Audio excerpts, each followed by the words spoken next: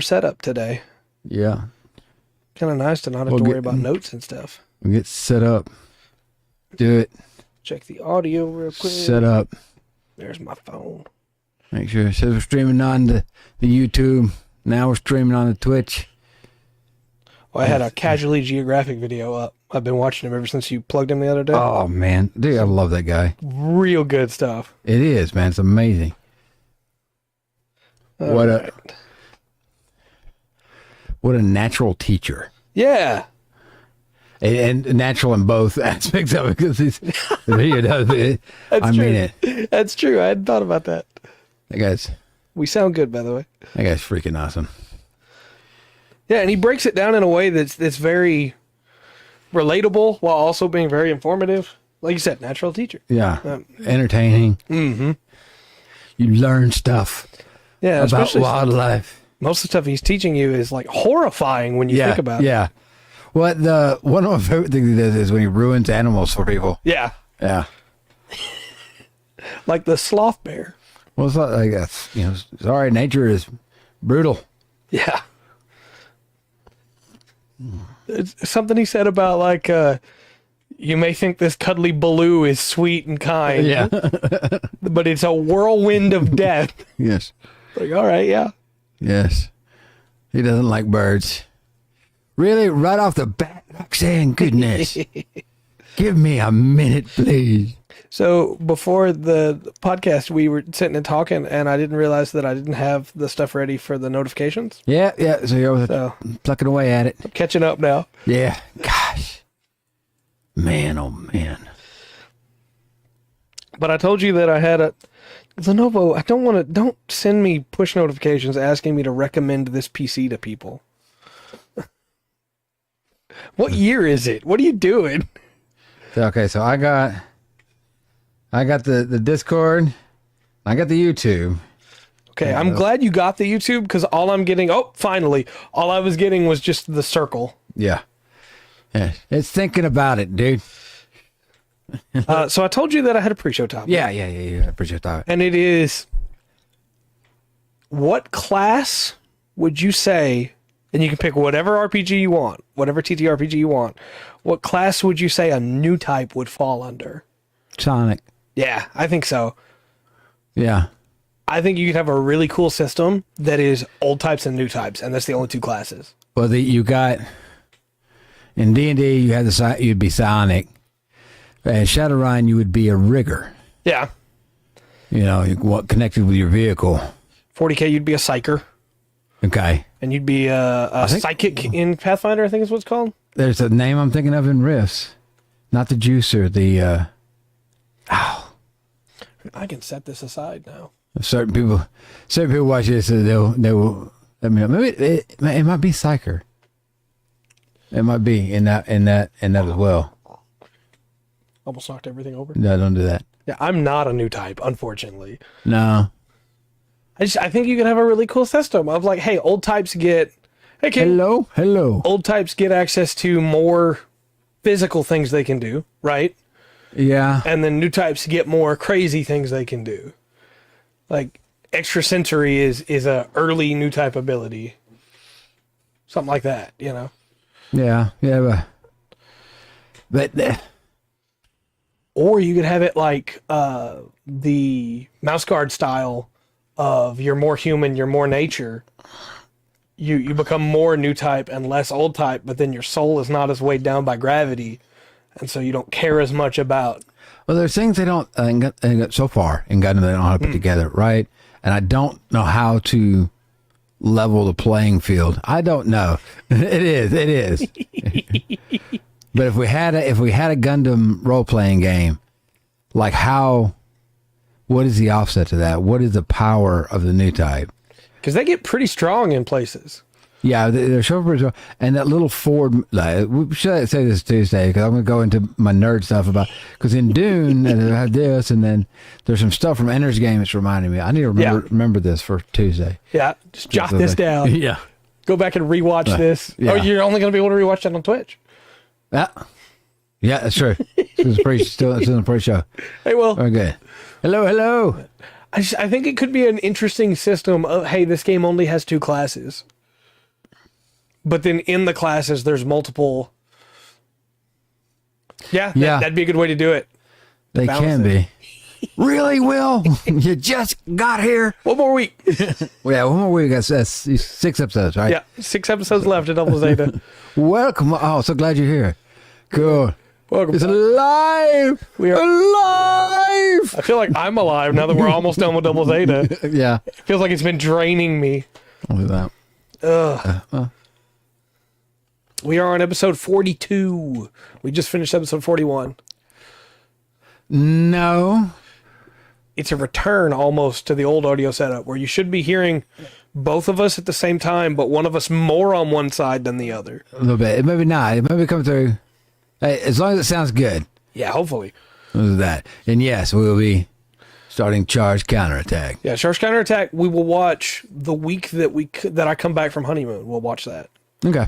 That's the week that is. Episode 45, you're almost Right done on. too. Right. Yeah. So we got some cool stuff coming with Gundam. Yeah. But I think King's right though, if you're gonna, because we still have like a couple minutes, one more minute of roughly of pre-show. Okay. I think if you're gonna have the new type as a class, then you have the other new types to be able to affect them. They have a weakness to other new types. It would be scary. And with whoever that. has the higher charisma, maybe, Yeah. is able to affect the other one more. Because like Char wasn't much of a new type, but he was a new type, right? He was a Yeah. much weaker new type, but a much stronger old type. I guess you could say other people's new type powers couldn't affect him as much as Yeah. they could like Amuro or Lala. Yeah, but more than anybody else in the series, Char is more grounded in himself than anybody Right. else. Absolutely, yeah, like Camille and Shirako, 100%. Yeah. That might be a topic for a different episode, honestly. Just trying to Yeah. turn that into a whole thing. I do too. Well, kind of like how would you balance out the new type powers, with just because if you're an old type, you still want them to have if you're a really good pilot, maybe you can beat a new type. Yeah, But I don't know. It'd be there interesting. are instances of that in Gundam. So Yeah. I mean, Ramba Rawl's the first one that comes to mind, right? Right. Amuro is one of the best new types, and he just wasn't that. there's Kira. He just wasn't that good of a pilot when he met Ramba Raw, and he got stomped. Yeah. That goes on for so long. That's also like the problem with Jared, right? Yeah. Yeah, Jared. Jared could be a really good character with a good sword and an apt pilot, but then they just like that. Yeah. Cyber Yeah. types would be a cool class to add in there too, as well. Yeah. The units, yeah. Well, see that there's I don't know if anybody remembers BattleTech. That is a second Kira that quick. Okay. I've realized I do need to have this up in the activity feed. Yeah, it sounds pretty rough. That's not cheap either, the Kira. It's not cheap channel point wise. That's fine. It's fine. I just think it's really interesting. All right, what do you think? You ready to kick this episode off?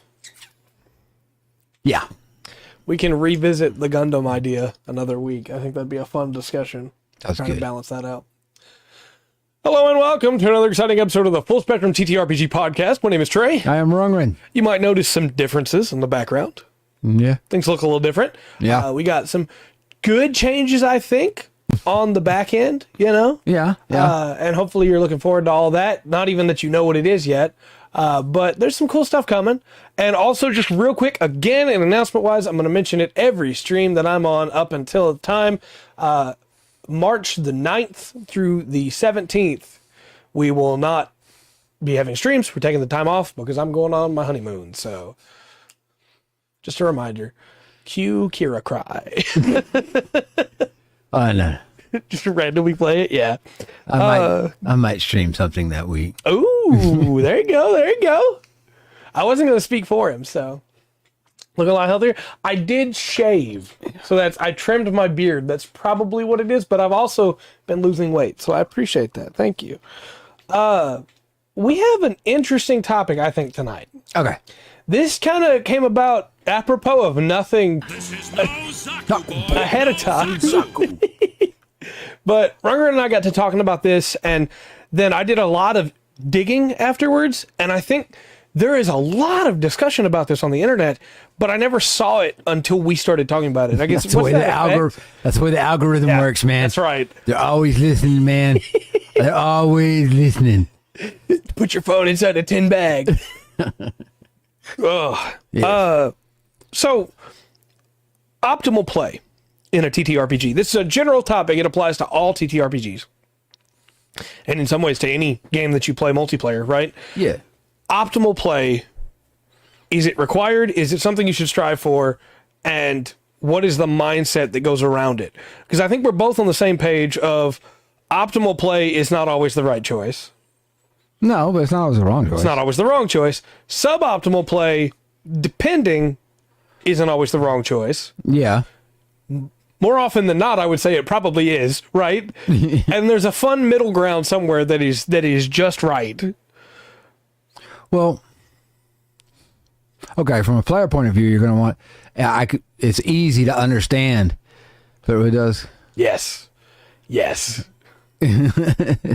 Yes. The 100%. But from the player side, it's nice to be able to do something in combat, per se, Yeah. you know? 100%. And being able to do it really well. It's nice to be able to, save the team with a heal so they finish the battle, or, deliver that final blow. Like that. Going through them. But, and then from a DM side, that's okay, I guess, if everybody is that. Right. Because if not everybody's that, it kind of feels unbalanced. Topic fully. So the illusion of choice is what it's called often. And it's this idea of, I have to play just this way. Because if I don't play just this way, I'm not playing optimally. So for instance, the big example that came up was a while back, Taking 20 made a video saying why he wasn't going to play Pathfinder 2E anymore. Mm-hmm. And it was because his party had come up with a combination that allowed the druid to turn into a T-Rex, and then the fighter cavalier rode on back of the druid, and then that combo was unstoppable. The DM couldn't stop them, and so they felt like they had to do it every combat. Now, first off, I just want to point out, if you have a combo where two players are at the table and they have built their characters such that one can ride the other as a Tyrannosaurus and succeed in combat, it's not a bad thing that that's winning every fight. Yeah. That's really cool. But the point of his video was that he couldn't do anything else because he felt like if he did that, they weren't playing as optimally as they could be otherwise. And so that argument has followed it, absolutely, and that's the other counter to that, right? But that argument has followed forward of, hey, this oof, that's a good one. You have to do this every way, the perfect way you're supposed to do it, otherwise you're not playing optimally. And then the argument that's come from the other side is, well, you should make mistakes on purpose because it builds character growth. Neither of those are correct 100% of the time, right? No. But maybe a little bit of the time they are. Well, I don't know. It's because it's kind of fun and can be, I'm sure it's going to be worrisome for the group, but it's kind of fun. And I think it's kind of necessary for the game for a player to goof up every once in a while. Yeah. Either intentionally or with the dice. Of course, some people, I don't know. I feel like some people, okay. I'm trying to figure out a way to put this. When you make your character, if it's a character you really like, you may have hundreds of characters, but you have this one character you really like. Yeah. And you keep going back to, maybe it's optimized, maybe it's not, but you put a lot of yourself for that character. You do get upset and emotional when something happens to that character. Right. Well, it's kind of the other side of that too, I guess, where it's like, well, no, I want myself to be the best. Yeah. It's like some kind of, it's almost a power fantasy, right? Yeah, power fantasy, or proving ground type thing. I'll do that. And there's nothing wrong with a power fantasy, first off, in and of itself. As Dark is saying there, you feel like as a character, you should be doing what your character would do. If your character would fight to the best of their ability, of course they would. Yeah, and I think they all would. But that doesn't mean that you have to build a character that would only fight in this one specific way. For instance, in our Shadowrun game, I don't mean every time we have a podcast to bring up the game we're currently playing, but in our Shadowrun game, The point of reference. right, I'm playing a melee character in a game that is not heavily based around melee, but still melee is a thing you can do. Yeah. Optimally, my best choice is not to engage with enemies until I can get close enough, Yeah. or to try and get the party casters to turn me invisible so that I can try and get close enough. Right. But if on my turn, the optimal choice for me is to stay in cover until someone gets out of cover, that's not very fun. Yeah. So I'm going to pop up and take pot shots with a gun that I'm not as good at as I am with my sword, because I'm not just going to do nothing for my turn. But, well, yeah, okay. But now I think we're looking at maybe where are you optimizing? Right. Are you optimizing in your character creation? Right. And I think that's where we're going. Or are you optimizing in what you can do with that character? Right. 'Cause that's two different things. It absolutely is. You know, if you're doing everything you can with the character you got, which you should be. Right. You don't want to be a detriment to the group in any way. Yeah. You should be, but I don't know. Am I talking? It's almost two different discussions. Yeah. Yeah. And it makes it tough because they do bleed into each other, you know? That's true. Right. That's true. Yeah, I'm doing what I can at the time, right? And to me, doing what I can with my character is more important than doing the best thing that I can, even if it means that I don't get to do something. Yeah. And that's where, for me, optimal play, as people call it, not having a choice is incorrect, because I still want to, that's true. I still want to be able to do stuff on my turn. And that's where you get into, like, if you have a group of people that all they do is strategize and work together, right? Yeah. Then you can have some really cool things they can do. Right. But it could mean that the optimal play is for this one person to just delay their turn 7 times. And Right. then they get to do the thing. And that can work. That's just not very fun for that person. Right. But I think for me,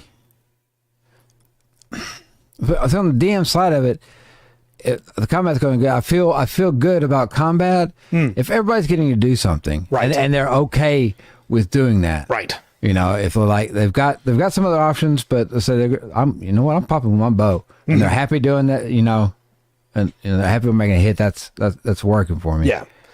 And there is a discussion that comes up with this. Right.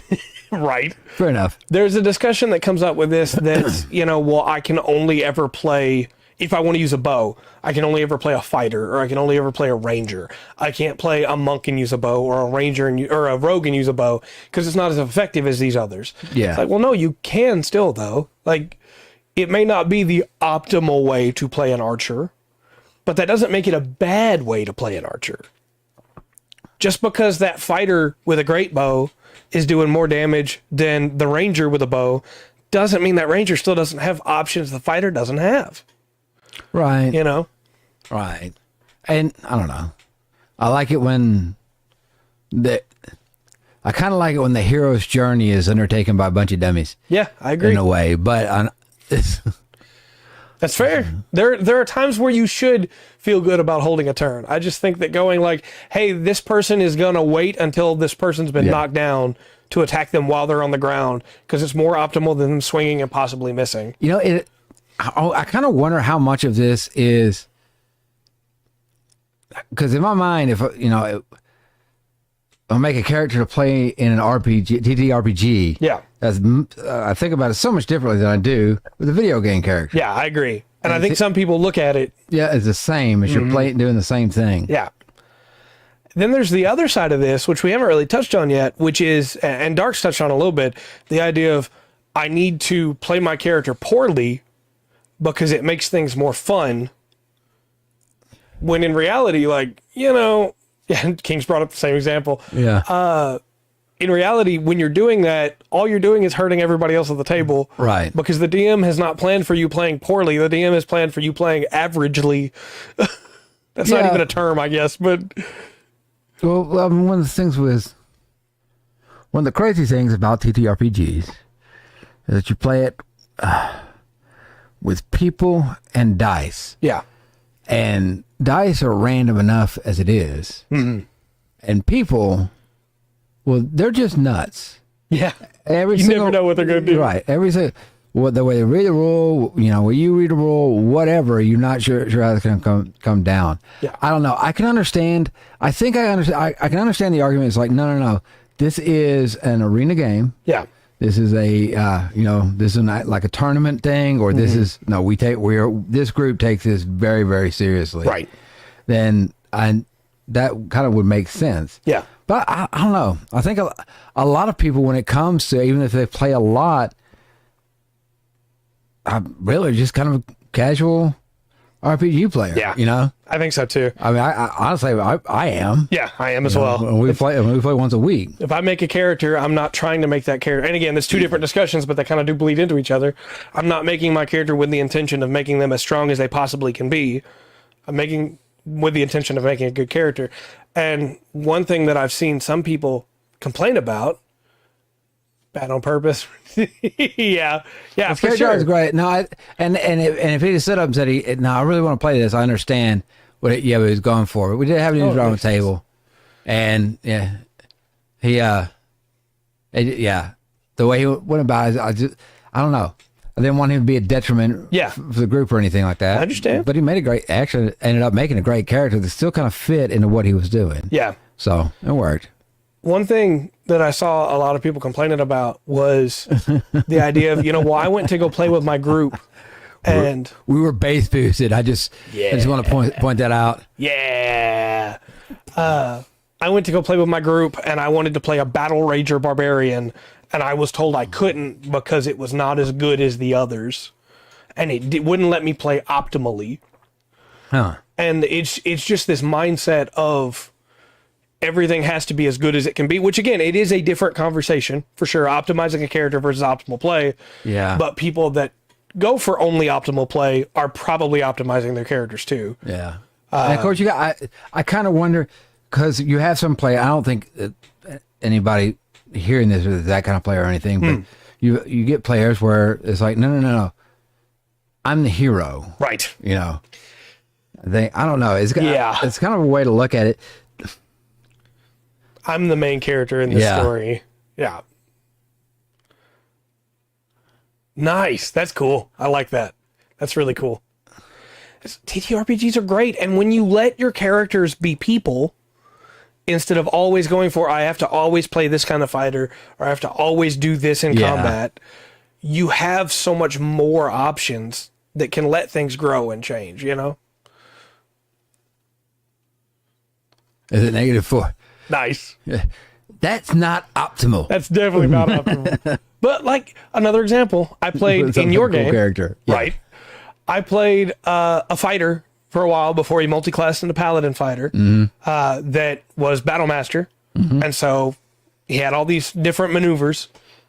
I liked to trip people. Yeah. There were times where other maneuvers were better and would have been more useful, probably. I felt on the goal. We kind of rough. It's true. It's true. But ultimately, I liked to trip people. It was not sometimes it was suboptimal, right? Yeah. There were other things I could have done that probably would have been more useful. Right. But tripping them was still a good option every time. Yeah. And so I would do it,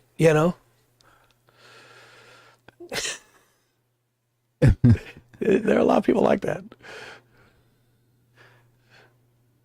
So the optimal 2-action attack. Yeah. Yeah. You got it's the kind of thing though, because now I'm wondering, as the session's going to the chat and we're talking about here, are you counting in character growth? So I think the people that go, hey, I can only do this every fight, do not do that. No. So the only thing they're counting, I think that's the video game approach, right? It is, absolutely. I'm going to count my moves and my. This move works. Yeah. So I'm not ever going to use anything else. Yeah. It's like, well, yeah, but if you try this move, it may not do quite as much damage as that move, but it has something else that makes it just as good. Maybe it goes through faster. Maybe it's got a lower animation count on it. I mean, if we want to bring up video games, Lotro, right? The champion, one of the things that makes the champion do so much damage is not that its numbers are that much higher. Right. It's that you can reduce the frames of animation for the attacks, so you get more attacks in the same time. So it's not that the champion is just outright better. Yeah. But it means that in a DPS race, the champion's going to be doing more damage Yeah. because they're getting to attack more times. Right. So is it optimal to just play the champion? No, don't do that. Well, no, there are other classes that do cool stuff too, you know? But Yeah. I think it comes down to that. It's, hey, my group has a healer, a spellcaster, a DPS, and a tank, and that's all we're going to ever have. We're not going to try any other combinations. And there's nothing wrong with that combination. That's the default, right? Yeah. But, hey, a team of just spellcasters can be really cool. Right. You know, hey, this party has 2 clerics. And neither of them are life clerics. Yeah, why not, right? And Yeah. it worked out. I got to kill 2 people while invisible. I got to cause a bunch of trouble. And it was really cool. Yeah. Well, I guess. Hold on. Either one special attack at the start of each round. Yeah, so For sure. So, yeah, I think that's where I'm going. Where the playing optimally is a different thing. I don't know. How would you your skills in Pathfinder? I guess. I don't even know what I would say. Your fuse roll, if you don't have an 18. Yeah. Because there's a lot of other things you can do in combat, that, especially in Pathfinder, that aren't just attack, too. I'm going to demoralize this foe so that another party member can get a higher rate on them, That's very true, yeah. It helps. Very true. Hey, I'm going to try and aid an ally. I'm going to try and work around the battlefield or move this way to try and set something up. Or I'm using my reaction to raise a shield to be able to if you have that, otherwise just raise a shield to be able to raise my AC so that when people attack me, there's a lot of other things you can do than just attacking. And I feel like when you just attack, it kind of gets, a little boring. Well, okay. Group fights for themselves. I mean, I guess that's your option. And I mean, if you're having fun, go for it, right? Well, hold on a minute, because if you got the best group you can get, if you got spellcasters, a mix of, I don't care what the mix is when you have an unselfish group. Yeah.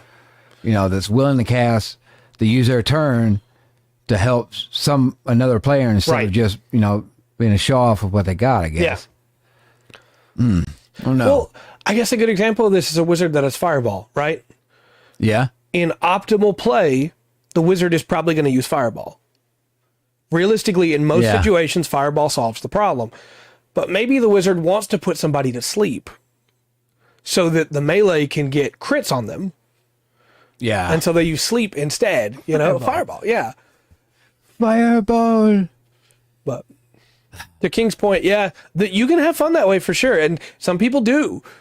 Optimal play to me is not always going to be fun. And that's the problem that I have with it. But then the reverse is suboptimal play almost always causes a problem. So I'm not happy with it either. Yes. I casted you. I don't know. I think I might, because like when I play like Lord of the Rings online or Skyrim or something like that, I role play. I'm by myself. Yeah. 100%. What would I do? I asked myself that question. So I don't know.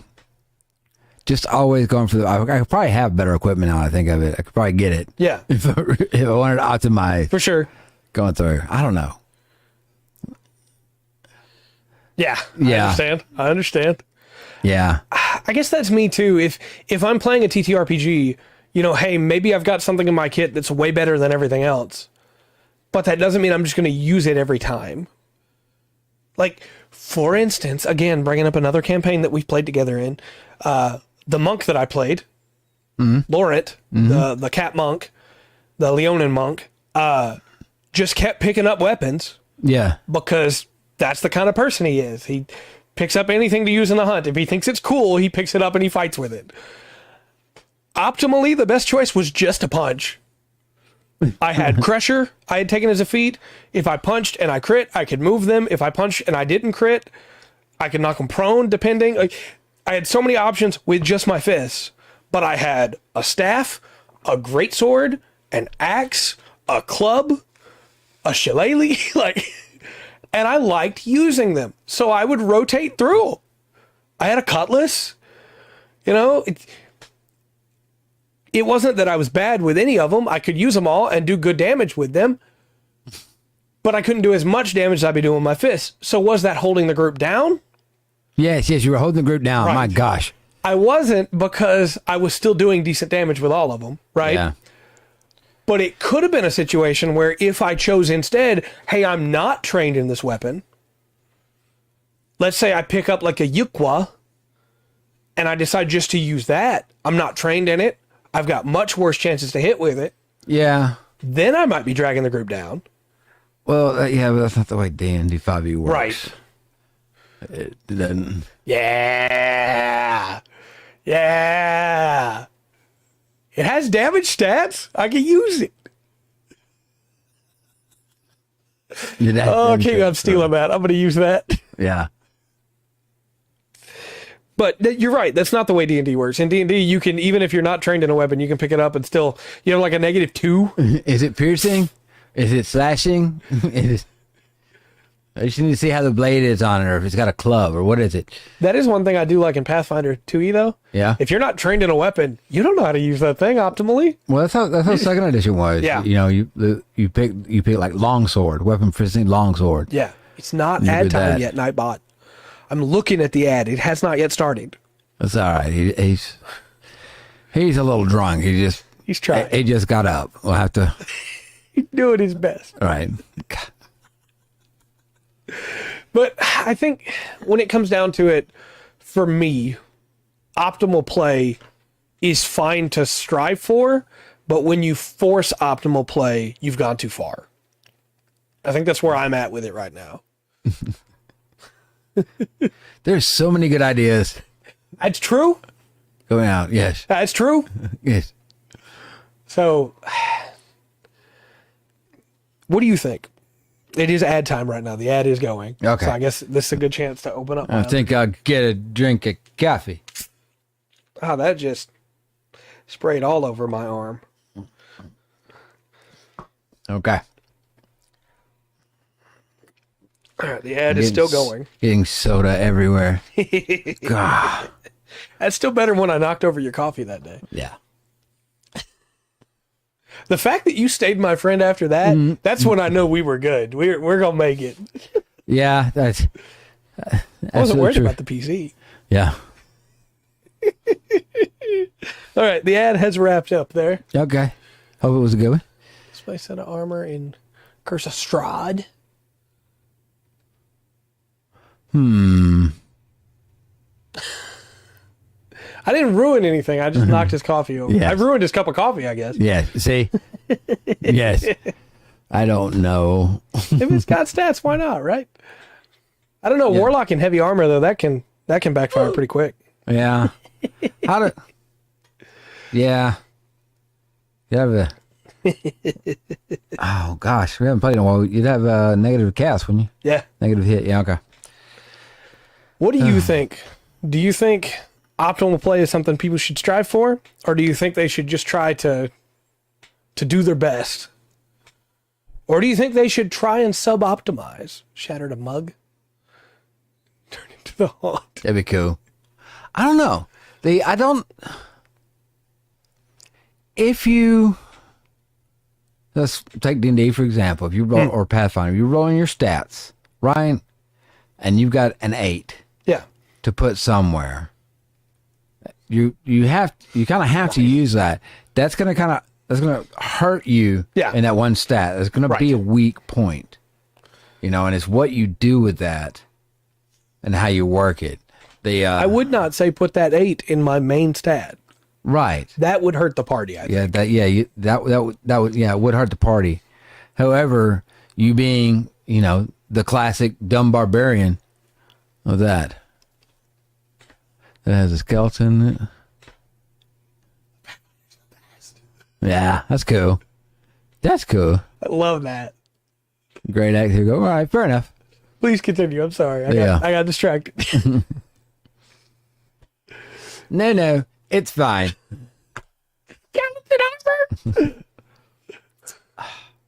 So easily done.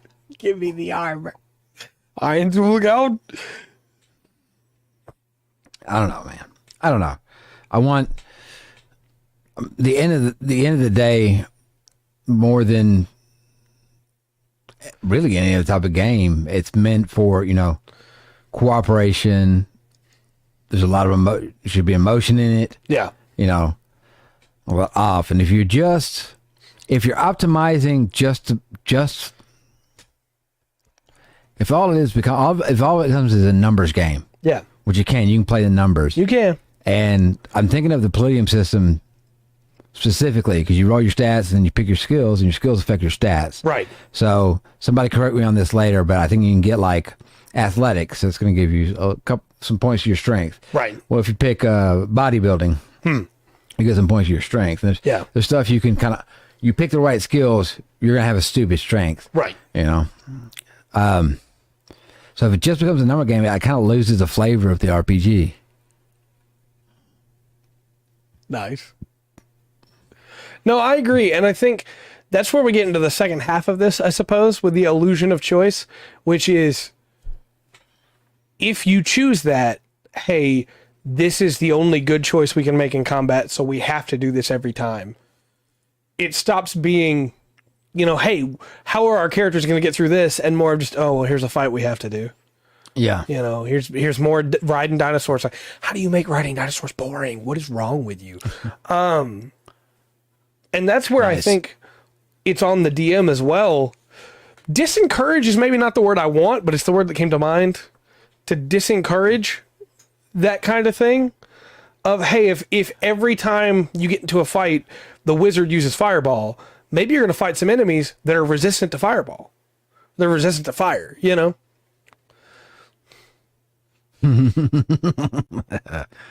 Yeah, it can be. You can pick it up. Always pick it up. I was trying to find some way to make it a little bit faster, but it can drag out. Yeah. It can. Sometimes. What's the longest fight we had? It was with that suit of armor, wasn't it? When you were DMing and I was playing Den, that anti-magic armor? Yeah. Yeah. So. That fight went on for 2 hours, I think. Yeah. But we knew what we were dealing with. Yeah. We just... I don't know. I spent so much of that fight getting thrown across the room. It's like, yeah. Yeah. Yeah. At that point, just kill my character, man. Look. But for me, if the players find a really strong combo, that's exciting because it means now I get to challenge that. Yeah. And the problem I see with, hey, I'm gonna play optimally. I'm gonna have this character, and I'm gonna optimize and I'm gonna play optimally. Is if everybody else at the table's not doing that, they're all left in the dust. An example that came up in 3.5 a lot was Thrycreen Fighter. Yeah. Or Thrycreen Barbarian. Because both Fighter and Barbarian had a way to get their crit down to 19. Yeah. And Thrycreen could natively attack 4 times.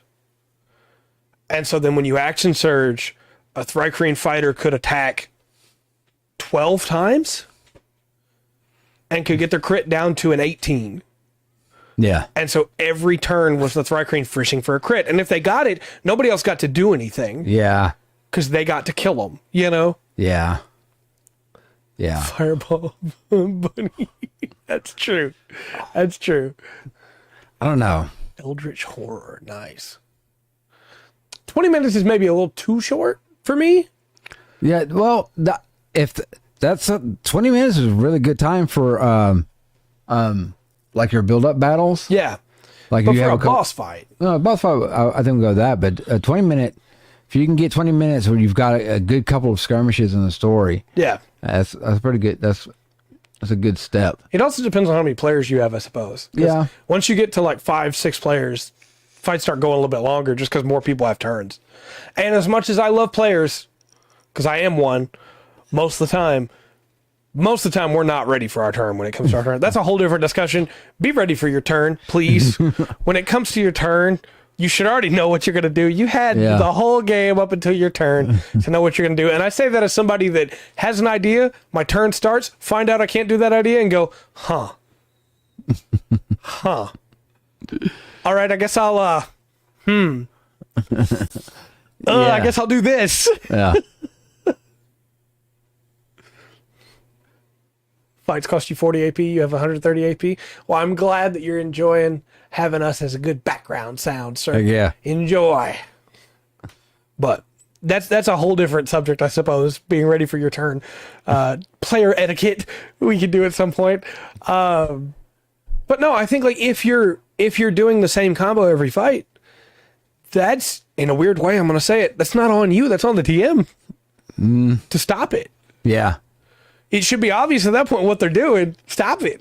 Yeah. Throw something at them that combo doesn't work. Hydrate and posture. Oh, sure gosh. was. Yep. Posture. I understand, Dark. Yeah. That's true. Anytime you're doing something new, that is something that game masters need to be aware of. If your players are playing something new, or you're playing a new system, Yeah. and it gets to their turn, be patient, please. Yeah. We got through. It's tough to do something you've never done before. It is. It is. But what would you throw at a party that was having a Cavalier fighter ride a T-Rex? Cavalier. Well, the simple solution is better. We got that's a great answer. Grease. Yep. You know, it's something where that's becomes a problem. Yeah. No, for sure. If you're level 10, you should probably know how to do your level 10 character. Yeah. Because you've been doing it for 9 levels before then. Right. I think another option is a enemy that uses ice on the battlefield. Yeah, you can do that, or you know, like a pit trap. You immobilize the T-Rex. Yeah. Yeah. Yeah. A Pied Piper who enthralls dinos. Yeah. Or just having look, if you step on this in the fight, you're gonna with a T-Rex, you're gonna fall through. Yep. It's not gonna hold that weight. Anti-magic field Yeah. that undoes the wild shape. Yeah. Charm the dinosaur because it doesn't have a lot of charisma anymore. Also, okay, are the players doing this to beat the DM, or is the DM doing it to beat the players? So he didn't say that's what they were doing, but Yeah. that's what it feels like. Yeah. It feels like, hey, we found a combo that breaks the game. We're going to do it every time. Yeah. We're going to win. Yeah. And that's not what TTRPGs are either. TTRPGs are a handshake, right? Between players.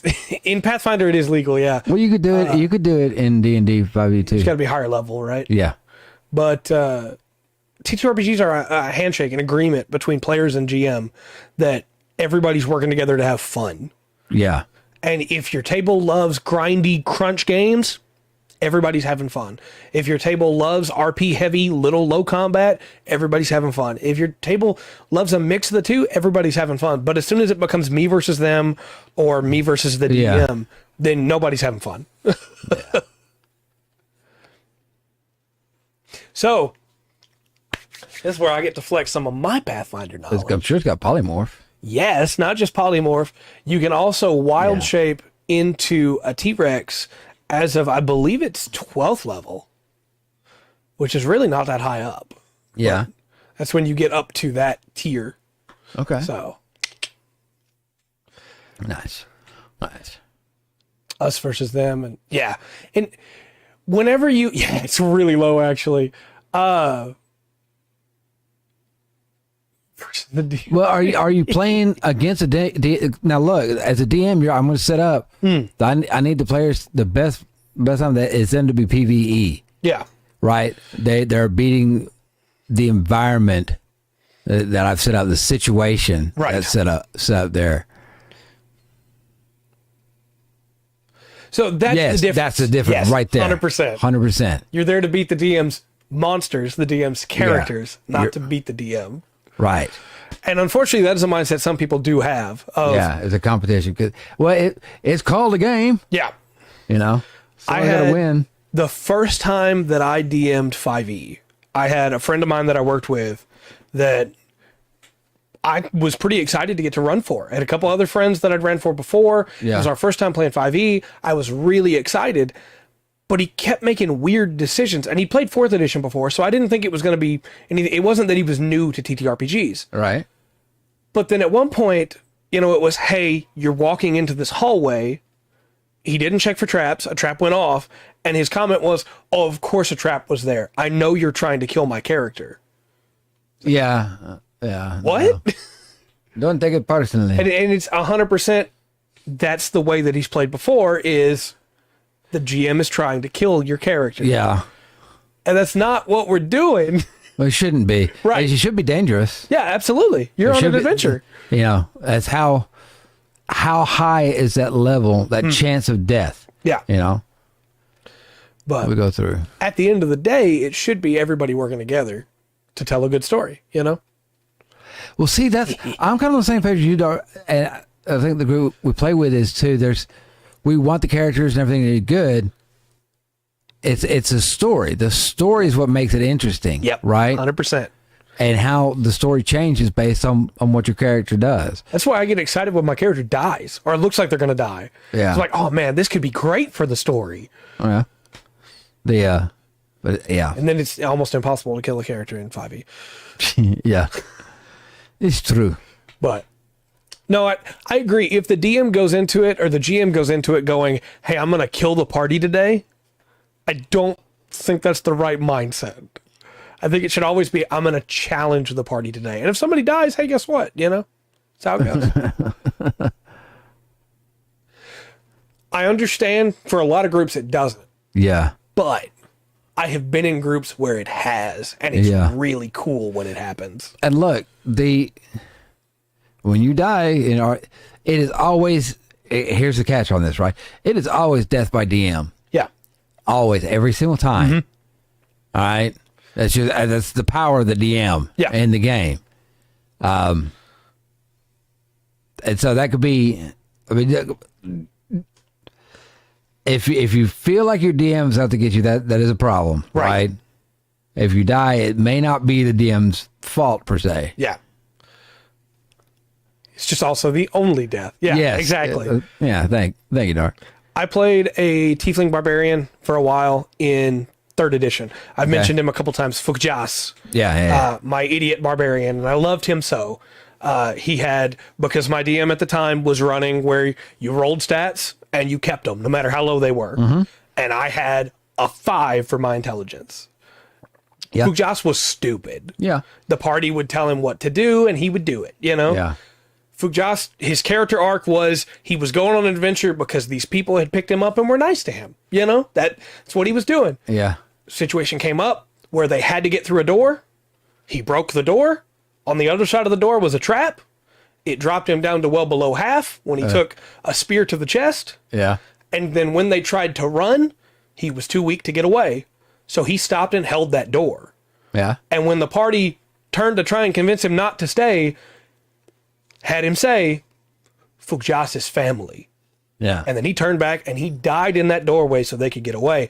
And the party came back with my new character and utterly wrecked that place. Killed everybody in there, got revenge for Fugjas, and my new character carried his axe Yeah. through the rest of that campaign. DM let it get up tiered, you know, to the +2 weapons we were using at the time because it was 3-5. And the whole party would band around my new character because my new character was carrying on Fugjas' legacy, you know? Right. And it furthered the story in a really cool way. I got to play a character that wasn't stupid anymore, and that was great. And it brought the whole party together in a way that we wouldn't have gotten if he hadn't died, you know? Yeah. But see, that goes back to it's a story. Yeah, 100%. Run that. 100%. DM was in fact trying to kill us. Yeah, I bet it did. I'm not going to try to read that up there. I'm going to read it right here. Okay. Yes. And that's when, see, that's a whole other discussion because It is. Death should matter. Right. I'm in a weird middle ground of that. If I have a bunch of characters I want to play, Yeah. but also the character I'm playing right now is the most important character in the world to me. Yeah. And so when they die, I want that death to matter. Yeah. I want it to further the story. I want it to affect things. Like Harkon, the character I'm playing right now, the otaku samurai. I love him so much. But when he almost died a session back fighting that boss one-on-one, Yeah. 2 sessions back, I was like, yeah, that's a fitting death.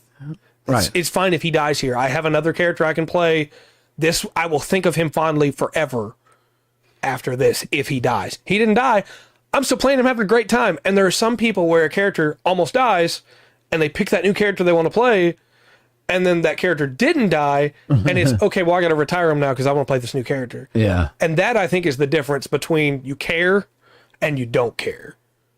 Yeah. Because I love Harkon way too much to just move on from him. But if he dies, I have another character, you know? Yeah, she got wrecked. She got wrecked. Yeah. Yeah, Blaze of Glory. That's what I want. Yeah.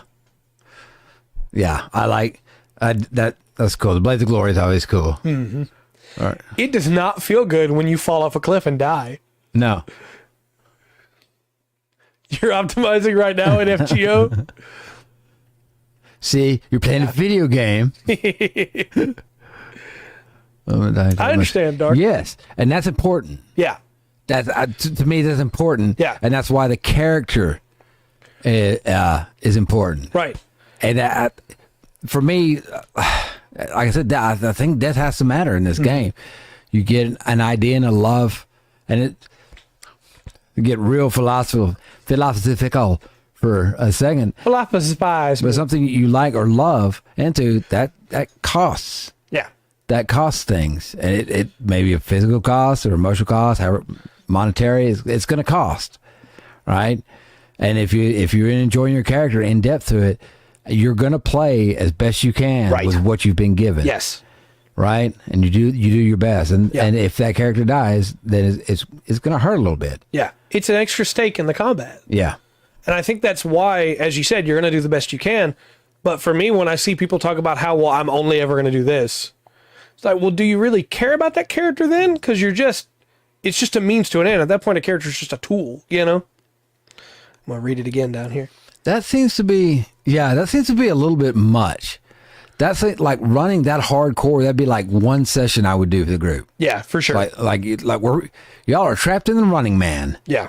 You know? Yeah. And like, I understand. I'm the same way. I love that. That's why I don't get upset when in anime the main character gets back up again. Yeah. And it's like, well, they should probably be dead. I don't care. I don't care. They got up again. If you fall down 7 times, stand up 8. Yeah. Determination. Yeah. Gets me every time. But I played in a game of Tomb of Horrors. I've talked to you about this a couple times, mentioned it a couple times in the show. We brought in 10 sheets for that game. Yeah. Because it was expected when we went into the Tomb of Horrors, our characters weren't going to make it. I did not make it to the bottom. Right. I lost all 10 characters before I got to the bottom. And that's fine, because I knew going in that I was going to do that, you know? 10 sheets. I knew going in that I was probably going to die, you know? And so I did. And it didn't bother me. But had the DM just said, hey, we're going to play a new game today, come on in. Yeah. And I lost 10 characters in a row like that, I probably would have been pretty upset. Yeah. That doesn't sound like a fun campaign. It did sound like I said, a session. Yeah. You know, that might be fun. 4 or so? Yeah, I understand. I don't know. Yeah, it's hard to kill people in 5e. Nice. Well, I'm getting caught up on chat. Right on. Well, we'll go. English figure. I think it's a video game thing. I played plenty of video games that I love. Yeah. That I haven't really invested a lot in. Just, mashed the buttons and got through it. Yeah. I don't know why Altered Beast comes to mind, but that's one of the ones that you do that. Look, Altered Beast has got a great idea. It does. It also starts with yeah. But yeah, not putting much into that story. No, it's not. It doesn't carry a lot of emotional weight. Well, and there's too many games I think that are like that, where I don't care about the characters. I'm just playing it to play it because the gameplay's fun and that's fine. But if I don't care about the characters, I'm not really that invested in it, you know? Yeah. Yeah. And I don't want tabletop RPGs to be like that. But the people that's what they like, sure, go for it, man. Find a table that's what they do. Yeah. Now getting a whole game theory discussion. Yeah. Yeah. Because sometimes I want a no-brain game. Sometimes I want a no-brain movie. Yeah, 100%. You know? And then other times I want something that's going to make me think. Yeah. You don't just watch Interstellar every day. Yeah. Interstellar made me think, but not for the reasons I wanted it to. Fair enough. Made me think, wait, how does that work? That's not how time dilation works. Yeah. That's, once again, another discussion. That's true. That's true. No, I agree. I think when it comes down to it at the end of the day, I want a story. I want to have fun. And for me, having fun is not every fight I have to do the best possible thing I could do. So I need to chart out what all my options are, and I can only do this one. When we look at video games, you have stuff like FF14, or I'm sure even Lotro has it as well, where this is the rotation that does the most damage. So this is the only thing you can do. Using Lotro as an example, one of the things I feel I can speak on is that it seems to be like with most characters in Lotro, right? There is a 4-button combo that you can cycle through. Yeah. That you can do that every time. Right. But there's other stuff that's cool too. Yeah. You get other buttons you can press too. Yeah. But yeah, I think every class could probably, and this is just for tab target MMOs. Right. I think most of them are going to be like that. I agree. Because of that. Yeah, that's another thing, Waverly, is knowing ahead of time that you're going into a meat grinder makes it a lot easier to go into the meat grinder. Yeah. If a meat grinder gets sprung on you, you're probably not going to be happy about it. But if you signed up for it, then all right, you signed up for that. Yeah. And it can still, and once again, it can still have an emotional impact. Yeah. To that. So. 100%. I don't know, man. It's, I say on here, for each and every person watching that, it took thousands and thousands of years and millions of people to create you, that there's never been anything like you and there never will be again. Mm-hmm. And it's just a fact. Like you can't get around that. Right. If a deck of cards is 52 factorial, which factorial just numbers that get real big. Right. They, you can take a deck of cards and shuffle it and like maybe have a shuffle that's, never been done in history before. Right. All right. That's 52 that goes into that. For human beings, there's a lot more factors. Oh yeah. 100%. Than 52 than go into that. When you get them around the table, there's gonna be different ideas. Yeah, 100%. And different ways of looking at it. I think we've said it more than once on this channel about know your table. Yeah. And and even that, so your table's one unit, but it's a really dysfunctional unit. Yeah. Just because it's got people in it, right? Right. And so I'm trying to draw a distinction between the DM and the player, like where the lines are. Where you go from, I'm getting off on a rant and a ramble. That's okay.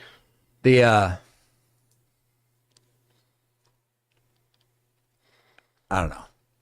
I don't want to go too far into it. It's just the way people look at things. Yeah. And go and how they intend to improve and what they think is optimized. Because in some of the best games, everybody's been going all out. Right. And that situation called for it. Yeah, 100%. Maybe you needed a T-Rex. Yeah. And T-Rex.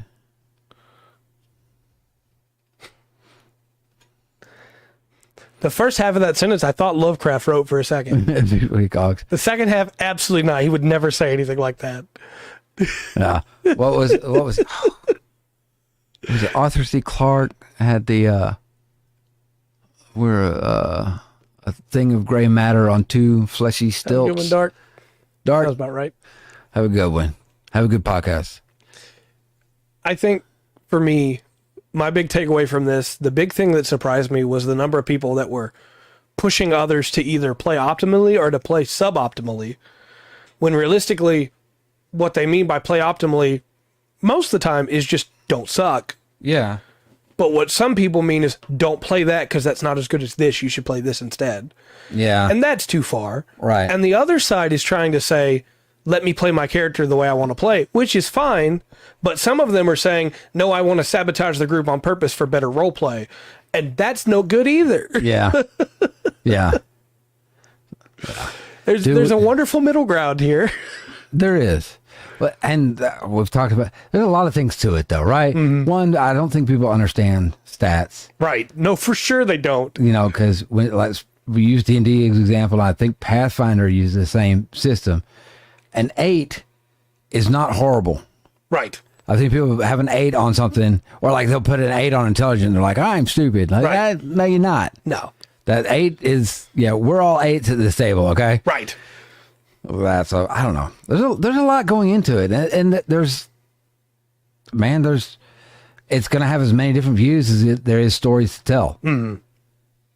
Well, like even Fujas was a 5, right? Yeah. So mine is 3. Yeah. He could still talk just fine. Yeah. I mean, he was dumb, but he wasn't a bug, which has a -6, I believe. He was halfway there, but yeah. No, for sure. And people don't understand stats, and they don't understand, I think a lot of times, what optimal means, because, and this might carry us for the rest of the podcast. I don't know when I bring this point up. I don't think there is such a thing as playing optimally, really, in TTRPGs, because you can't prepare for every situation. You play optimally with what you got. Yeah. But there is no ability to completely optimize. That's true. Because you never know what you're going to run into. Especially like prepared casters or fighters or even spontaneous casters, honestly. Like you get, hey, all of the spells that I have, all the ones I chose, do the most damage, which means they're all fire spells. Right. The party's going to the elemental plane of fire. Right. Whoops. Yeah. Doesn't help you. Right. I optimize specifically to kill orcs. I'm a ranger that can hunt orcs. I have an orc killing weapon. I have runes that let me do extra damage to orcs. I have all the knowledge skills for orcs. I'm just going to kill orcs. Oh, we're underwater in this campaign. Yeah. Didn't work out. Yeah, for sure. Man. It doesn't. And I fall for the same thing. Yeah.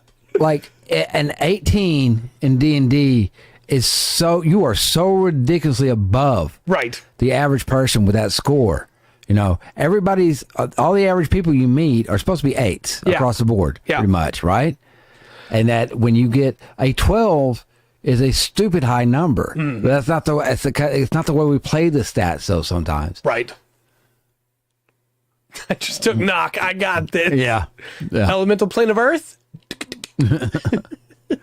Okay. So that's a funny thing. I don't know on the DM side. I think we get information and samples and ideas of what maybe how these stats should line up. Right. And I think maybe we don't get those over to the players as well. I think that's a broader people thing, though. Yeah. Because look at what happens with video games. 7 is now the 5. 7 is default. Yeah. And that's not how numbers work. On a 10-point scale, 7 is not the middle. Yeah. It's not the median. But it has become that. I see what you're saying. Yeah. Because we don't number well as a race. It's not a thing we do. Yeah. 1 is too small, but 2 is too big. Right. Next, we'll be going into the Mendelbrot set. Yeah, and we just went over all those different TTRPGs when we first changed this to the TTRPG podcast, right? Yeah. I went through all those different systems, even among the different stats that should mean the same thing, like intelligence. Yeah. Intelligence in 5e, Pathfinder 2e, Shadowrun is different than intelligence in Call of Cthulhu. Yeah. We use wisdom. Call of Cthulhu just uses intelligence for the most part, Yeah. Things like, what's it called? Honey Heist. You don't even have an intelligence stat. You have to guess based off your nature stat how high your intelligence is. At 1, yeah. And breathe. Yeah, you're going to have to have somebody come take care of you. All that torture in math class was for nothing. No, and it's just the core of it. I mean, look at what happens with prices, right? If this thing of fries is priced for $2.99, that's a deal. But if it's priced for $3.19, you're asking way too much for those fries. Yeah. When that's just a 20-cent difference. Why does that matter? You're paying way more than that for the drink. Or look, drinks are a great example. Yeah. You get a bottle of soda. I'm going to cover brands here. You get a bottle of soda for $1.99, Yeah. right? Yeah. That's a good deal. Not when you can get a fountain drink. But you get a fountain drink for $2.19, and it's way more soda, or even less sometimes. And people go, "That's a bad deal. I'll go buy that soda in the bottle instead," because people don't understand numbers. Well, I think it may be a plague. Yeah, that's very true. Yeah. We could. Yeah. Inflation in TTRPGs. Hey, that's the thing that probably should be in more of them. Yeah. And isn't. That's a long-term game. I'm just saying. Yeah. That's a lot of detail. I think that ties back into, too, how 5e doesn't really do anything with the currency. No, 5e currency is really weak. Shadowrun, Pathfinder, money matters in those games. Yes, yeah. Yeah, money does not matter in 5e. Nope. Hey, we have a hoard of 30 billion gold. Yeah. What are we going to use it for? Yeah. It doesn't. And I know, look, I just want to specify this. I know there's going to be somebody in the comments that goes, "But Trey, that's why you let your players go to shops." Okay, let me ask you, what's in those shops? Because the DM's guide does not have a full list of like what each shop should be carrying at each level. The end boss is the IRS, buddy. That's who it is. That's right. That's right. You know what does though? Pathfinder 2e has full lists of like, this is what shops should have at these levels. I'm just saying. Yeah, that's kind of funny because we did. That was the first home rules for D&D. Is we ignore Electrum? Yeah, we ignored all of them. It was like, this is a goal. Basically, we Final Fantasy did. This is a goal based. There's one unit, We don't need the rest. It's just gold. That's what I'm throwing. I do, though. A campaign based around inflation would be incredible.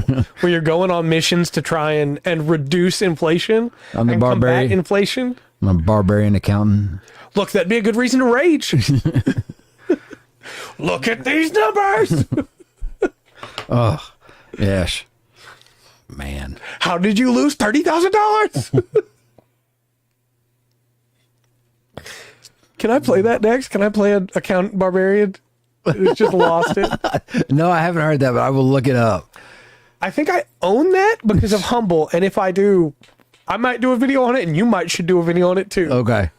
Yeah, it's barbarian accountant. Yeah. That's what I'm talking about. That's my next character. I can technically play that in Shadowrun, right? Yeah. An accountant that got mad. Barbarian's not a class, I guess, but I can still be a barbarian. I could be a techno barbarian. You could actually make your own class called techno barbarian. Yeah. You're a Viking looking accountant with a carries a couple of combat axes. Yeah, he lives in the sprawl now because he got kicked out because he broke the office. Right. He got so mad at the numbers one day. So, and you're getting caught in kind of a Netflix. I see a story coming on. Man, I had another character planned. It was an orc shotgunner. Not playing him now. Yeah. Dang it. Techno Viking. Yes. That's been around a while. Yeah. It's been around a little back while. a ways. Yeah. Can I be the awkward avoidance Viking? Bard. Then I go to the store. Oh yeah. Yeah. Yeah. Yeah. Yep. That's one of the problems with the it's not called Streetwise anymore for performance checks. It's just performance check. Yeah. But for bards is why would you ever perform other than food? Because money's not worth it. Well, yeah.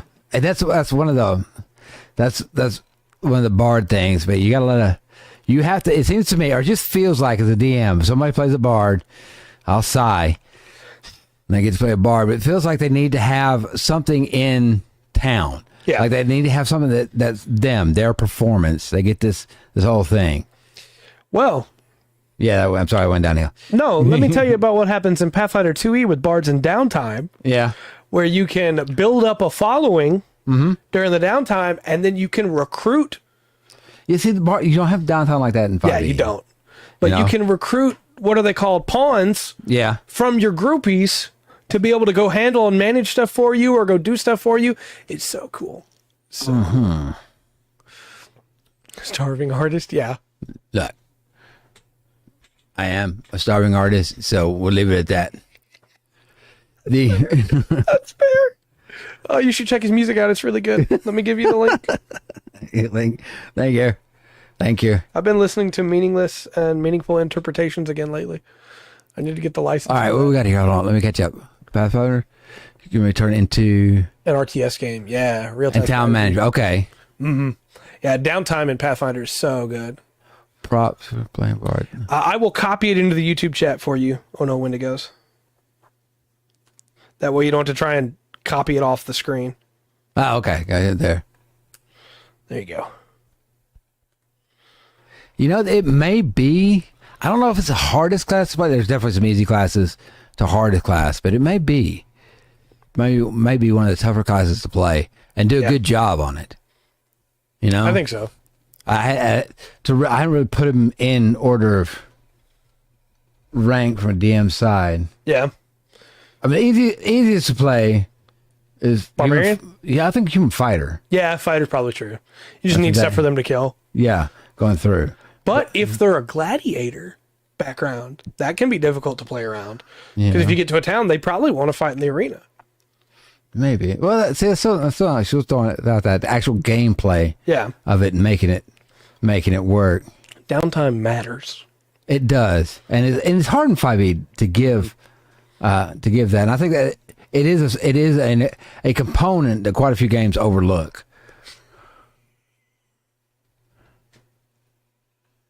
Yes, you can. Oh, that's great. You can, and if Striper isn't in your songbook, you can't play. Right. And you're going to have to sing Striper songs. And look, they're cover the trooper counts, all right? But it can't be the only one. How does a new DM encourage downtime? If you're playing 5e, I would say move away from the adventuring day is probably the easiest way. Yeah. Add in a town that the party goes to, right? Have either a town they go back to after missions that encourages them to continue to work in that town. Take that idea from Mouse Guard, right? Steal it wholesale. Of, hey, they're going to go back to the guard. Yeah. They're going to go back to this one location, and at that place, they're going to have people they know, some higher level people, so they can't just murder hobo their way. And they're going to slowly build up, what's the right term? Slowly build up prestige in the town, right? They're going to slowly become more popular. You can encourage somebody to maybe already own a business. Yeah, but then why go adventuring? Why do you need the money? I think you then tie that back into the story, right? Yeah. Hey, they have to go to get this, not because they need money, but because they need this specific thing for the town. Or because if they can get this for the town, then the town can grow and get better. Another way to do that is, hey, they work for a wizard. And when they come back to the wizard tower, the wizard tower has expanded again, and there's more people there they can interact with, you know? You can use player backgrounds as well, for sure.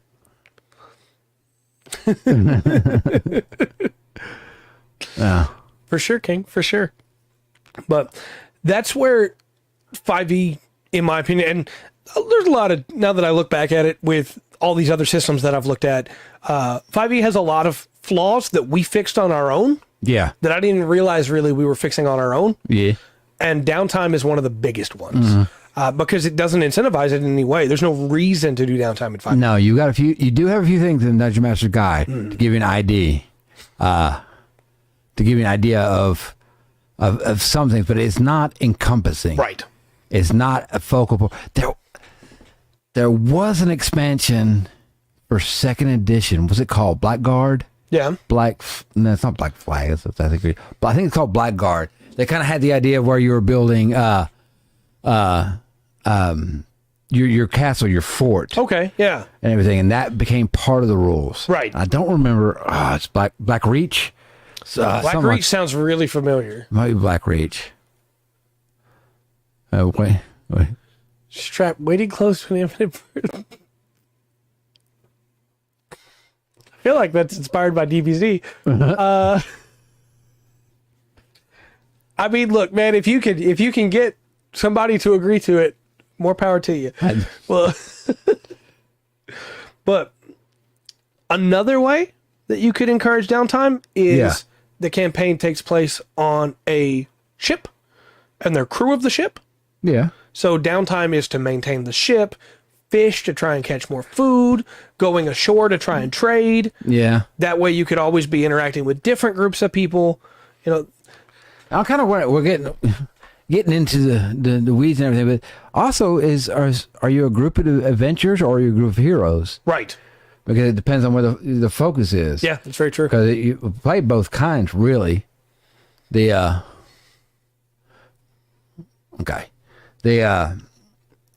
Both kinds, really, but it does now. It feels like the adventuring group almost like builds up to retire. Yeah. And the hero group they build up to finish this mission. Yeah, for sure. To get this thing done. Yeah, there's a lot of different options, you know. Another thing I would recommend with it is if you're going to do downtime, you can just do a day. Go for a week. Go for a month, maybe. Yeah. You know, make it matter. Give them time to do stuff.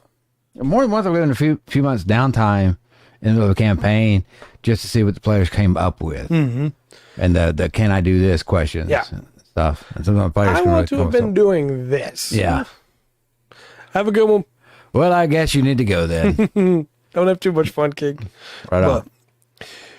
So, wrapping all this back into illusion of choice, right? Do you think there is actual choice, or is it just an illusion? Do you think you should just play the best possible combination you can, always do the same thing if it's the best? No, because that's not what people are. Right. I think there's absolutely choice. Yeah. I think deciding that there's no choice at all and you only have the illusion of choice, you should always turn into a T-Rex. What if you want to turn into a bird? What if you want to turn into a giant eagle and fire sunbeams out of your mouth? Yeah, that might be cool. It's not a T-Rex, but See, it's I super don't know cool. when it goes. You know? There's a lot of cool options. And I think saying, well, I can only ever do this one thing is unfortunate. Yeah. You know? Hey, it's a weird thing we're dealing with people. Yeah. There's people who are going to want it. It's, no, you do the best you can. Mm-hmm. And maybe they're coming from like, no, you don't understand. Well, it's like the whole thing. Are you good at role-playing games? Right. What do you mean by that? Yeah, exactly. Exactly. You know? Are you good at the role-playing part? You kind of crap on the rules. Are you really good at the rules? Right. Makes sense. Oh, okay, cool. I'm glad you're sticking around. Yes, excellent, excellent. No, I agree. I think too often people put weight into, I'm not going to say the wrong things per se, but into things that I don't think are helpful to the RPG experience, right? Well, yeah, that's I know it's a simple thing we said on much, but the video game TTRPG thing difference, right? Yeah. I want to collect. I want to get all the power ups when I'm playing a video game. Right. There's no way to 100%. Yeah. An RPG, right? Not how that works. Yeah. It's not a TTRPG. You don't play a TTRPG like it's Skyrim. Right. And sometimes people try that. Yeah. XP to level 3 is a great video on that. Where people are shocked that they can't do something or that they can do something they can't do in Skyrim. Yeah. You know, but I think there is a little bit of it that comes from like the main characteritis. And I'm not trying to say that the person who made that original video talking about the illusion of choice, I understand, Will, is saying or trying to be the main character, but I do see it happen. Yeah. Where, you know, hey, I'm the most important person here, so my decisions matter, and I've got to do the one thing that matters. Yeah.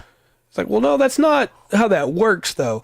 And that's the thing, peel back the layers a little bit, that's the thing that I struggle with a lot. Not being the main character, but being afraid that I'm talking too much at the table. Yeah. Being afraid that I'm doing too much at the table. Yeah. Being afraid that I'm overshadowing others. So there'll be times where you, as my current GM, I know look at me, probably expecting me to say something, and I'm just over there like, because like I've been talking too much. I need to wait so other people have a chance to talk. You know, which is that's a tough thing to deal with. But if I didn't have that, I would talk too much. You know, I would be the main character because every time something come up, I'd be like, yeah, I can do that. Yeah. And there is a skill to social games that develops where you take a step back. And go, this is not what I'm here for. This other person can do that. Yeah. And that's the thing, the unselfish group where you might be similar in what you do to this other character, but really this other character is better at doing that than yours. Right. And yours is better doing this. Okay. Right. Don't step on his toes. I'm pretty good with a shotgun. Yeah. That other guy is great with a sniper rifle. Yeah. So when I get a rifle, I don't need a sniper rifle. Yeah. I'm not going to do it as good as he is. I just want something that's got a little bit more range than my shotgun. Yeah. And I think that ties back into it because in a lot of what I've seen studying for this week, most of the people that are going, hey, don't play that. You have to play this because it's the best choice are the same people going, but my character's the most important one of the story. Yeah. When that's just not true. No, it's not. But That's the thing. Nobody's the most important. Not even the DM. I think it works in reverse too, where the people that are saying, well, I'm messing up on purpose because it's what my character would do. And I'm trying to make sure that the RP is better are also trying to be the main character. Yeah. Because it's, well, no, my RP's better if I steal from the party because it's what my character would do. Yeah. Well, no, that's not conducive to the rest of the group. That's not helping anything. It's not helping RP. Yeah. It's an annoying thing to deal with. Don't do that. You don't need to be the main character. You're part of a group. If you want to be the main character, go play Pathfinder Wrath of the Righteous or Pathfinder Kingmaker on Steam. Yeah. You know, go play those games that let you be the only person that matters, the hero of the world. Right. Right. You know, instead of being one of the warriors of light or one of the heroes, you know. But of course, then sometimes those people will do annoying things, and then you actually allow the repercussion to happen, they'll get mad. yeah, that's right. Again, you're trying to kill my character. Yeah, Well, yeah. no, I'm not. You're a rogue. You didn't check for traps. Look, there was no plan for PvP in this thing. Right. You upset the other person.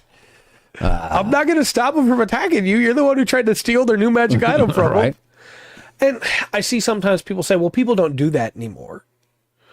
Yeah. But it absolutely still happens. I mean, it's not a recent example, but you look at not all that many years ago, a player in Critical Role stream campaigns was going, hey, you don't need that magic item. Give it to me. Yeah. I was like, well, no, he got that, though. Yeah. There's a ways to do that aren't just give it to me. Yeah. You know, that's trying to be the main character. That's, you know, if somebody gets a magic item and you want it, you can have a civil discussion with them, or in character, you can try and buy it from them. Yeah. There's different avenues. Yeah. Just saying. Stealing it from them or attacking them to take it is probably not the right choice. Yeah. Almost 100% of the time. I'd say less than 0% of the time, most of the time. That's not how math works, but as we said earlier, nobody knows how numbers work. So Dang it, Goodell. it's like probably 0.01% of the time that's the right answer. It's not often. Yeah. But I don't know. I feel like we've kind of covered that topic. What do you think? I think so, man. You get a lot of nuances when you're talking about people and playing and going and what they want their character to be. And I understand, you know, people want their character to be special. Yeah. And it's kind of a it's a fun topic. It's kind of a weird topic because I don't want to crap on anybody that's come up with a good idea Right. or a bad idea, really. Right. Look, sometimes bad ideas can be fun. Yeah, they can. Sometimes you come up with an idea and you just know it's going to work. And before you know it, you've jumped out of an airship and you're trying to land on a dragon. Yeah. And maybe somebody succeeds and lands on that dragon and somebody doesn't and lands in the snow. Yeah. It wasn't a bad idea or a good idea until the ramifications hit. Until the dice tell. Sometimes the dice tell the story, man. And then you do. But there are definitely ideas that are like, no, why are you doing that though? Yeah. Like the grenade example that was brought up earlier of, well, I'm throwing this grenade at our feet because it will help my character grow. Yeah. No. No, it won't. No. Your character will be much shorter after that. You've created an artificial barrier and an artificial way to get over that barrier. I don't know, man. I think, like I said, I think maybe the simple way to look at it is, for me, anyway, it's a video game Yeah. example. So are you playing this like a video game? You know, because a character who almost dies and then they come back, you know, let's say they don't, right? Yeah. And they tell me, hey, this character going to have second thoughts going into battle. the next time, right? Yeah. Like I don't want to compare it to PTSD, but something, Almost, yeah. but something like that for the character on that. Then that is something, that's helping me as a DM with the story. Right. That adds something to that character, but Right. it's going to be detrimental to that character, and that's not playing that's not optimizing that character Right. at all. Well, not to just immediately bring back another example from our games, but there was a situation where we made a bad call. We, as the party, attempted to blow up a tower. We did not understand how big the explosives were going to be, how big the explosion was going to be. Yeah. And we were too close. Yeah. It wound up being a bad call. It was Yeah. a mistake, but it worked. Yeah. But the ramifications of that had to be, you can't just walk away with nothing, Yeah. or that my character was deaf in one ear. Mm-hmm. You asked me what I wanted my scar to be. Yeah.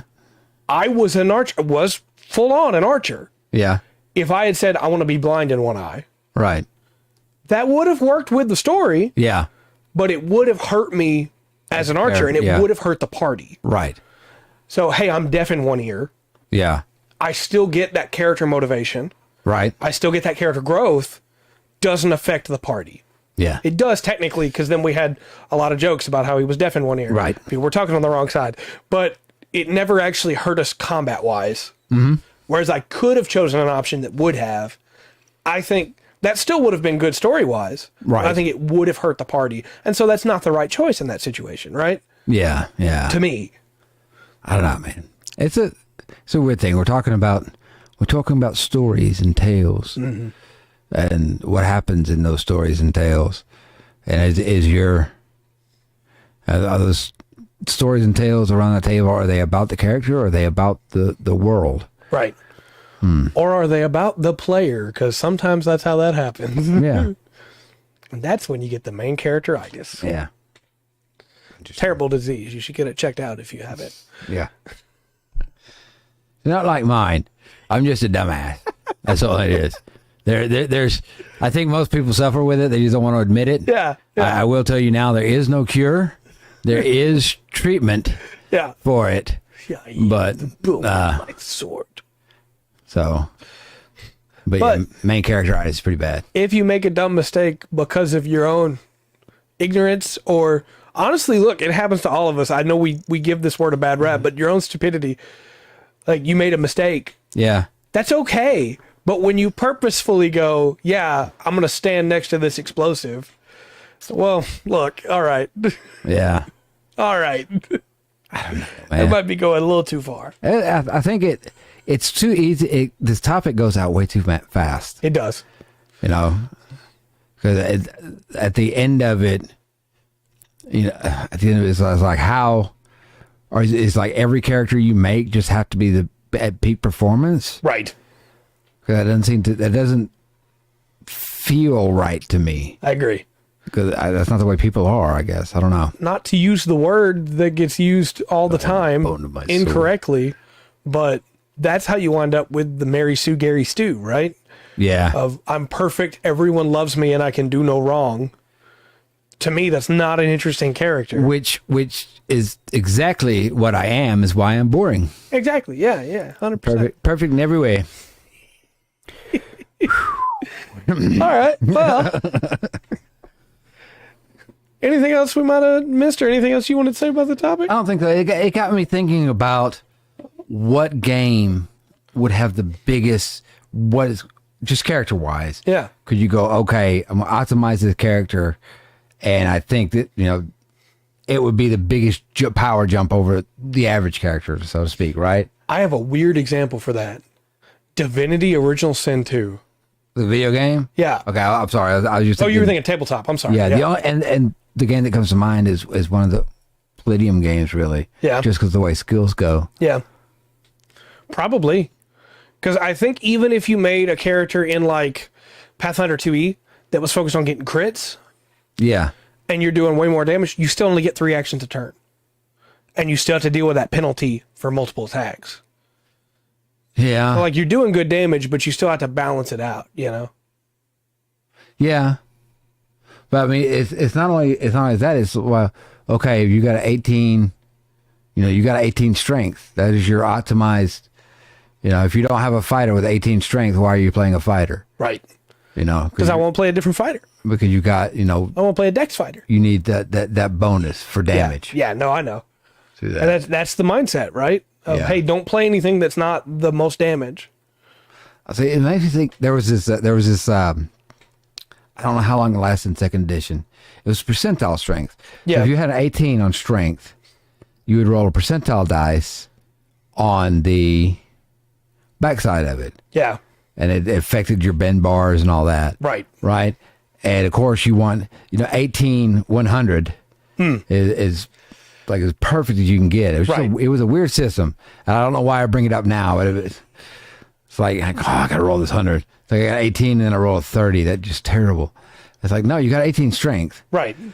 I don't know. I'm sorry. Both for Ono Wendigo's excitement and also because I think in a weird way it does kind of tie back into all we've been talking about. Divinity Original Sin 2, the video game, you can min-max that and become way stronger than a default build, right? You pick the right skills that go together. You go leadership warfare with strength, one-hand weapon, and a shield, and you can become almost unkillable, right? While doing tons of damage. There are ways to play that are really, really strong. Or you can go all in on summoning with incarnates and have 7 people you get to play with because you've summoned a bunch of stuff. And you're way better than that necromancer. Yeah. But that necromancer can still summon a bone spider. That's cool. And that bone spider has way more HP than a lot of the summoners incarnates. And so it can help tank and help divert attacks, or it can attack people. You know, that hydro mage can heal people. You can't do that as the warfare guy. That hydro mage can make it rain literally where fire effects get put out, or now when they lightning somebody with arrow, it chains to multiple people across the water. And that warfare guy can't do that. So even though it's not as optimal or as strong as the warfare guy, the other options give him way more to do. And even among the warfare skills, there's AoEs, there's charges, there's shield throws, there's crippling attacks. You know, there's all these different options that optimized build is not going to use that are just as good, really, because they have other effects. They just don't do as much damage. And maybe you need to stun that boss. Maybe you need to cripple that boss. Maybe you need to knock that boss down. You know, maybe just killing that boss on turn 1 is not going to work. So you need to survive more turns. So it's up to the DM to come up with the situation. Yeah. That's how you counter the T-Rex with a cavalier riding it. Yeah. Is the DM. And look, if you're doing that if you're doing that every time they go into battle and the DM comes up with something to stop that, Don't get mad. they'll get mad. Banishment. Yeah, banishment was good. Yep. Well, that last battle, we got a good table. So but the last battle was was a good one. It had banishment that kind of messed you up, and then a lot of necro damage. Yeah. And it still didn't work.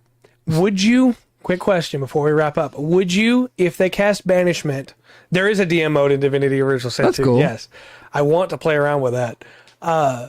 If someone casts banishment on the T-Rex with the cavalier riding them, who gets banished, or both of them? Their target. I would say, yeah, the target. So have a good one, Will. So Careful, Will. they'd probably target the T-Rex, right? Yeah. So then the cavalier falls, right? Right. Yeah, 100%. Yeah. 100%. It's the way it goes. But if their stats are so high, there's no way the banishment's going to go off. Numbers. All right. It's all math.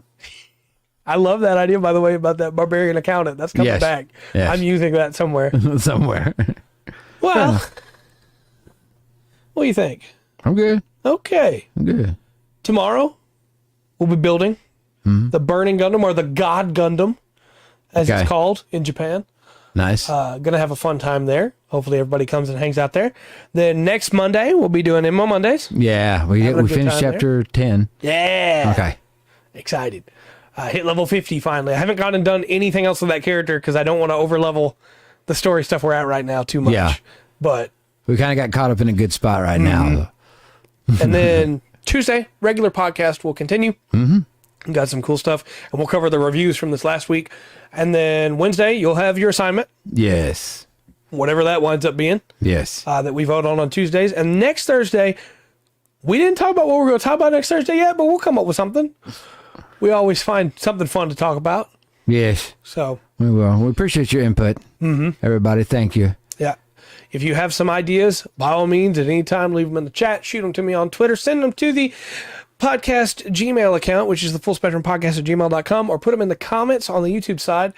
I do read those, including the ones that tell me I'm dumb for where I put Mega Man games in the Mega Man game tier list. Have a good night. Have a good one. And until next time, I've been Trey. I've been Rungan. And we've been the Full Spectrum TTRPG podcast. Remember to always enjoy the full spectrum. The TTRPGs.